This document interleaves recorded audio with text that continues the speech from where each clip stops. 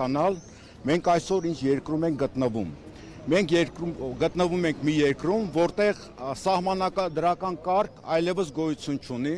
որտեղ չկան սահմանադրական ազատություններ։ Ունեցվածքի սեփականության իրավունք գոյություն չունի, գործող վարչապետը ասում է բոլորին սնանկացնելու եմ։ Հայաստանում չկա խոսքի ազատություն արդեն, մարդկանց դատարաններով զրկում են խոսելու իրավունքից, դատարանների միջոցով։ Հայաստանում չկա խղճի ազատություն, որովհետև գործող վարչապետը որոշում է ով պետք է լինի կաթողիկոս, ով չպետք է լինի կաթողիկոս։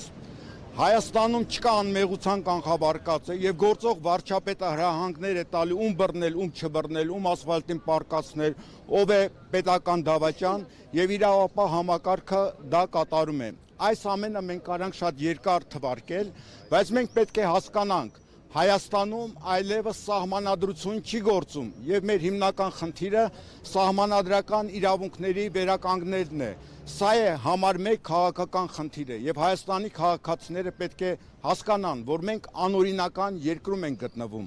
Մենք ապրում ենք մի երկրում, որտեղ արդեն բռնապետություն է եւ այդ բռնապետությունը ունի արտաքին հովանավորներ։ Հովանավորներից մեկը Աստծո Երևանում է Ֆոն դեր Լայն ազգանունով մի կին, որը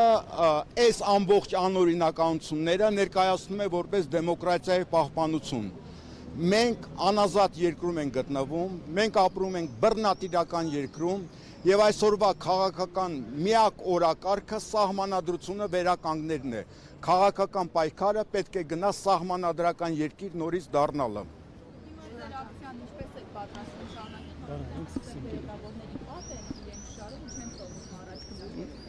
Սև բերատավորների դեմ մենք բնականաբար ոչինչ չենք կարող անել,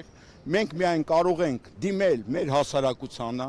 բացատրել թե ինչ երկրում ենք մենք գտնվում եւ ինչ քաղաքական օրակարգ է մեր առաջ։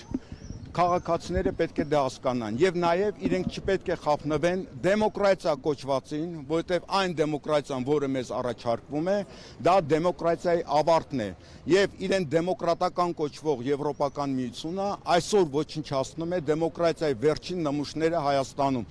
աշխարհաքաղաքական նպատակներից ելնելով։ Մենք չպետք է խափնվենք այդ ամենին։ Մենք պետք է հասկանանք, որ մեր խնդիրները մենք ենք լուծելու, որևէ բողոք, որևէ մեկին մեզ չի օգնի, իսկ այսօրվա ակցիայի նպատակը այն էր բացել դեմոկրատիայի անունից հանդես եկող այդ մարդկանց իրական դիմակները։